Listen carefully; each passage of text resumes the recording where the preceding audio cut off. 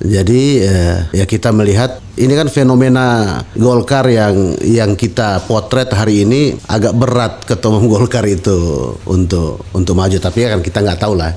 Tapi ini kan potret kita. Walaupun Golkar menetapkan hasil munasnya berat itu untuk maju atau dilarang maju. Ya itu penafsiran abang lah. Tapi yang dalam kacamata kita melihatnya ya agak berat untuk maju. Karena nggak naik-naik juga surveinya. Maka saya bilang bang, kalau Erlangga ini disaksikan oleh banyak orang nih bang. Kalau Erlangga yang menjadi calon presiden daripada Golkar, saya pindah dukungan. Kalau Erlangga harus konsisten kepada putusan partai, loyal dan segala macam. Nah, Padahal belum tentu. belum tentu. Nanti kalau Golkar tidak menetapkan Erlangga menjadi calon presiden, seperti apa? Boleh dong kita minta munaslup.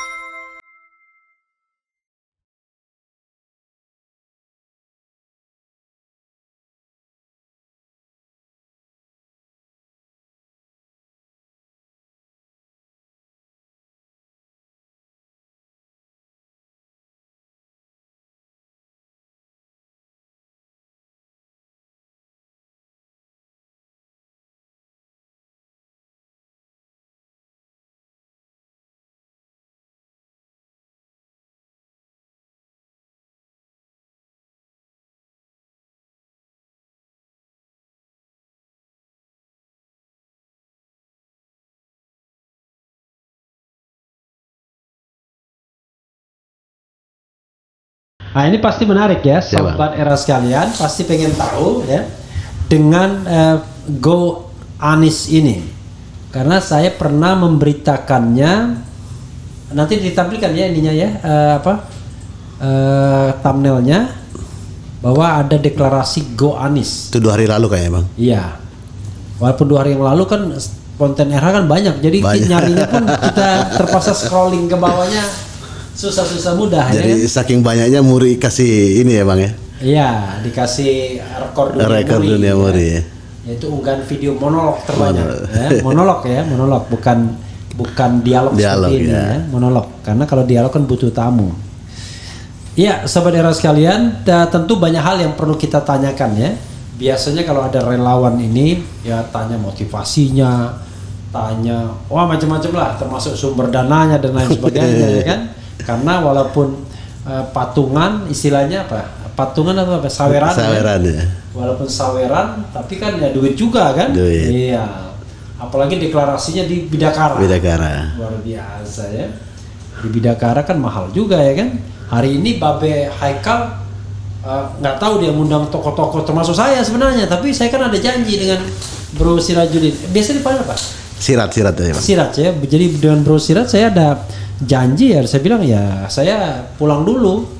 Jadi saya nggak mampir sama sekali di sana walaupun disuruh mampir, karena dia mengumpulkan berbagai tokoh dan entah maunya apa. Karena kalau sudah mengumpulkan orang ini kita patut mikir kiri kanan juga ya, karena separuh cebong separuh kampret diundang sama Babe Haikal ya.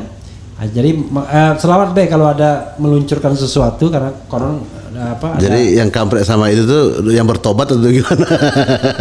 Gak ada lagi cebong kampret ya, adanya kecepret sama kadrun. Walaupun gak human juga itu, karena itu kan membuat kita dipanggil dengan nama hewan jadinya kan. Betul. Kecebong, kadal gurun dan sebagainya. Itu jadi panggilan kita hewan semua, itu dehumanisasi sebenarnya. Bro, makasih banyak ya sudah datang. Siap, makasih juga udah diundang bang. Iya, bro.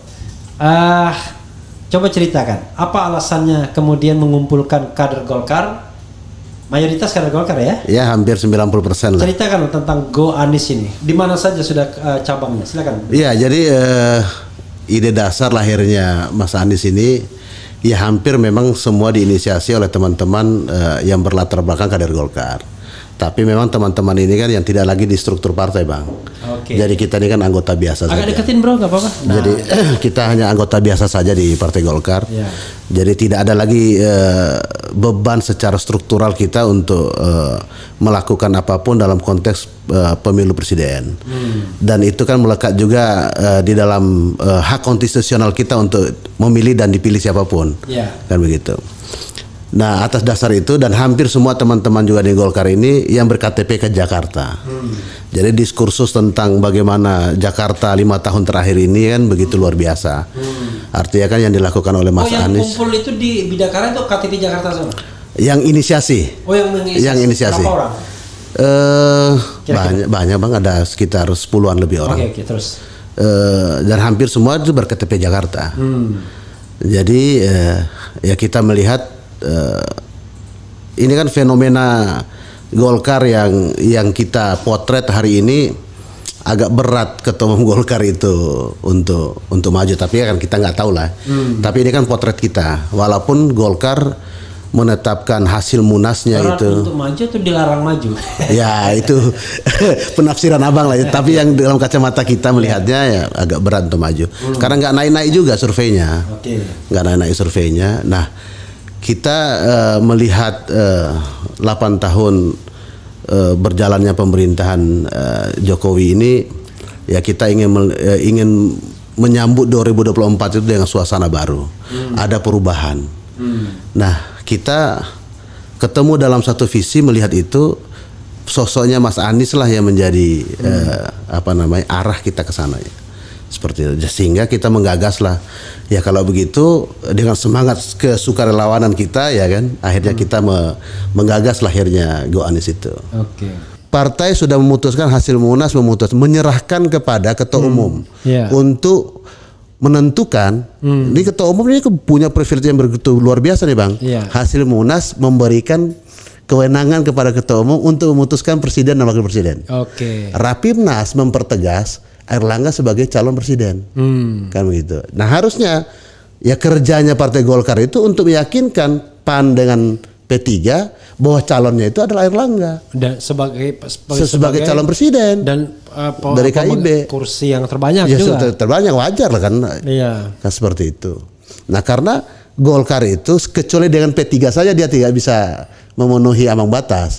Tapi dia bersama Demokrat, bersama PAN, bersama PKS, bersama Nasdem bisa kan gitu. Karena dia 85 kursi. 85 kursi itu hanya butuh 30 kursi tambahan. Betul. Sementara yang nomor 2 terkecil PAN 44. Sama P3 jadi bisa, itu ya? Kita baca berita itu bagi kita terenyuh gitu loh.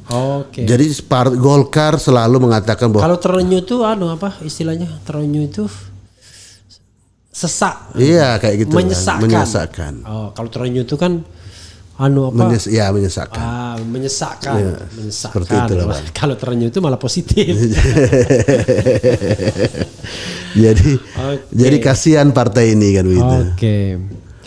Menurut Anda dengan sikap seperti ini Golkar akan turun trennya? Iya, kalau bukan ketua umumnya sendiri. Iya kan. Maka saya bilang Bang, kalau Airlangga ini disaksikan oleh banyak orang nih Bang. Kalau Airlangga yang menjadi calon presiden daripada Golkar, ya kan, saya pindah dukungan. Kalau Airlangga menjadi calon presiden, enggak lagi Anies. Saya harus itu sejalan dengan putusan partai. Ya kan, sejalan dengan putusan partai. Berarti pribadi Anda yang keluar ya? Iya, pribadi saya yang keluar Bang. Yang lainnya tetap yang jalan, ya kan.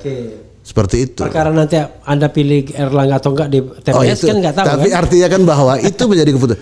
Kalau seperti itu. Nah, sekarang begini, harus dibalik lagi pertanyaannya Bang. Kalau nanti Airlangga tidak dicalonkan oleh Partai Golkar sebagai calon presiden, terus bagaimana Partai Golkarnya? Kan begitu. Iya. Tapi yang menarik tadi satu. Jadi jangan kita dituntut oleh teman-teman ya kan, harus konsisten kepada putusan partai, loyal dan segala macam. Nah, padahal belum tentu. Nanti kalau Golkar tidak menetapkan Airlangga menjadi calon presiden, seperti apa? Boleh dong kita minta munaslup. Ya. Kan begitu. Jadi menarik tadi. Kalau kita bicara anggota itu adalah berdaulat, paling berdaulat di partai politik. Jadi maka menentukan siapa capres harusnya tanya rakyat. Harus tanya dong. Minimal tanya pemilih. Pemilih yang 19 juta itu. Dicarilah rumusannya. Ya, bagaimana mekanisme untuk menanyakan 17 juta yang memilih Golkar itu. Ya kan? Karena kita juga, saya selalu mengkritiknya Bang. Kan terhadap elektabilitas Airlangga yang tidak naik, berdampak terhadap ini kan kita walaupun sudah sewa lembaga survei. potret juga Partai Golkar selalu menurun, ya kan, dari semua lembaga survei. Nah, artinya kan harus kita menjadi pertanyaan besar bagi kita. Ya, kenapa seperti itu gitu loh.